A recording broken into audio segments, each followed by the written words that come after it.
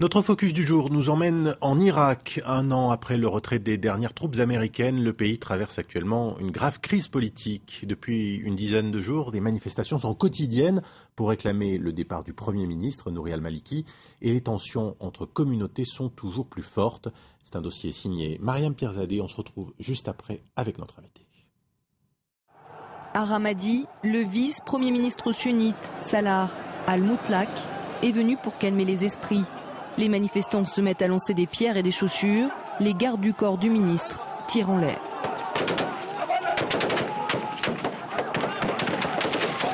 Cette scène reflète les tensions très vives en Irak. Depuis près de 10 jours, des dizaines de milliers de sunnites manifestent quotidiennement. À l'origine de leur colère, l'arrestation pour terrorisme de 9 gardes du corps du ministre des Finances, un sunnite. Il y a un manque de respect total. La loi ainsi que la constitution ne sont pas non plus respectées. Et un groupe de personnes, notamment les sunnites, sont devenus une cible, à tel point que les quartiers sunnites sont devenus des prisons. Les manifestants accusent le gouvernement dominé par les chiites d'abuser de la législation antiterroriste contre la minorité sunnite. Ils soupçonnent également les autorités d'être sous l'influence de l'Iran tout proche. Autre revendication, la libération de femmes détenues dans les geôles du pays. Afin d'apaiser ces tensions, Nouri al-Maliki a ordonné qu'on relâche 700 d'entre elles, tout en menaçant les protestataires de faire appel aux forces de l'ordre. Ce mouvement est également soutenu par une opposition au sein même de la communauté chiite.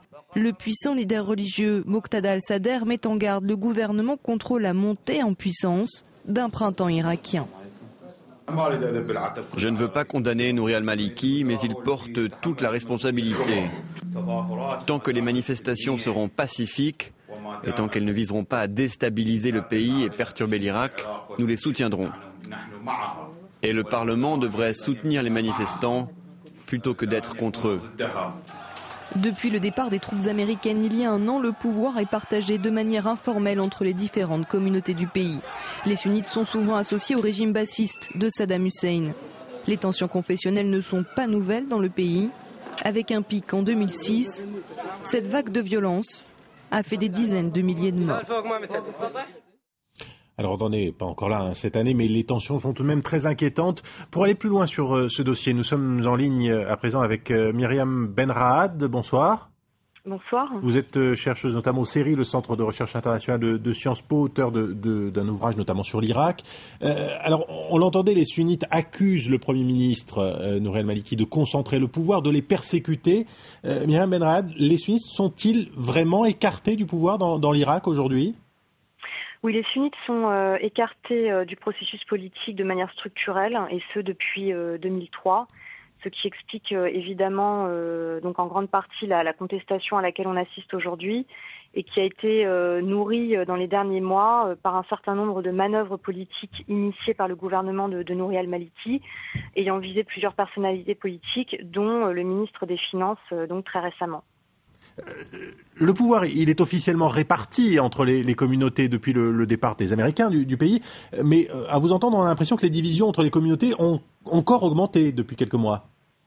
Alors, si vous voulez, le problème, c'est qu'il n'y a jamais eu finalement d'officialisation de ce partage du pouvoir. C'est un partage qui a été, en quelque sorte, qui a émergé un peu du vide politique, qui n'a jamais été inscrit dans la Constitution.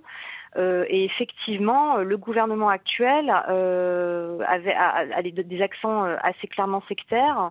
Et quand je parlais de manœuvres politiques anti-sunnites, eh bien effectivement, un certain nombre, encore une fois, de personnalités politiques, notamment liées au bloc rival de Nouri al-Maliki, la liste irakienne d'Iyad Alaoui, ont été visées, à commencer par le vice-président Tarek el-Hashimi, qui a été condamné à mort en septembre. Et les sunnites, effectivement, aujourd'hui, eh bien, demandent à pouvoir effectivement retrouver un rôle politique dans l'Irak actuel. Et donc ont décidé de descendre dans les rues.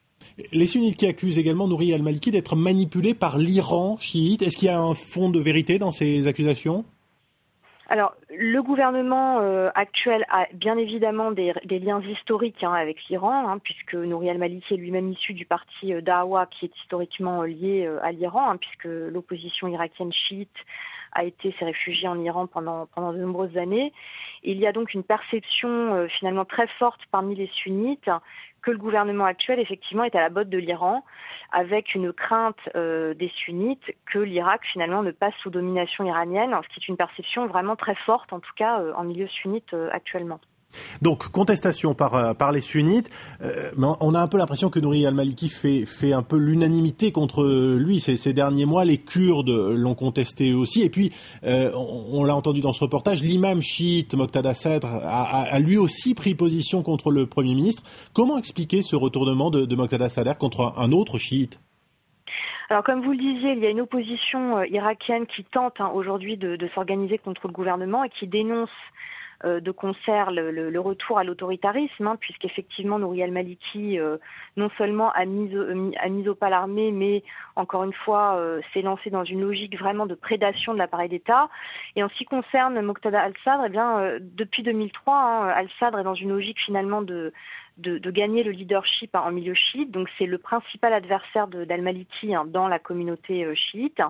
Et contrairement à la politique donc pro-chiite conduite par al-Maliki, al-Sadr, lui, entend incarner un nationalisme irakien finalement qui intégrerait l'ensemble des communautés irakiennes, et ce qui lui a valu une certaine popularité, y compris en milieu sunnite, et ce qui fait effectivement qu'aujourd'hui il essaie de tabler sur ces manifestations sunnites pour s'opposer à al-Maliki et pour essayer de gagner du terrain politique à l'approche également des élections provinciales qui vont avoir lieu ce printemps.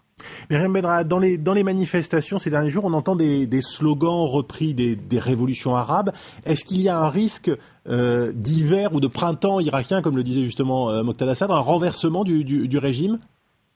Alors, il y a eu des manifestations anti-gouvernementales en 2011 dans la foulée des révolutions en Tunisie et en Égypte, qui ont été à l'époque réprimées par l'armée irakienne, donc sur les ordres du gouvernement, de Nouri al-Maliki en particulier. Et effectivement, le divorce aujourd'hui entre la population irakienne au sens large, et pas seulement entre les sunnites et le gouvernement, est très clair. Ce qui fait penser effectivement au risque d'un soulèvement beaucoup plus large et qui ne serait pas cette fois cantonné aux sunnites. La question étant de savoir si effectivement l'armée, à quel niveau l'armée va suivre le gouvernement, puisque Maliki menaçait dans les derniers jours de recourir finalement à la force pour réprimer les manifestants. Mais il y a un réel risque effectivement de soulèvement.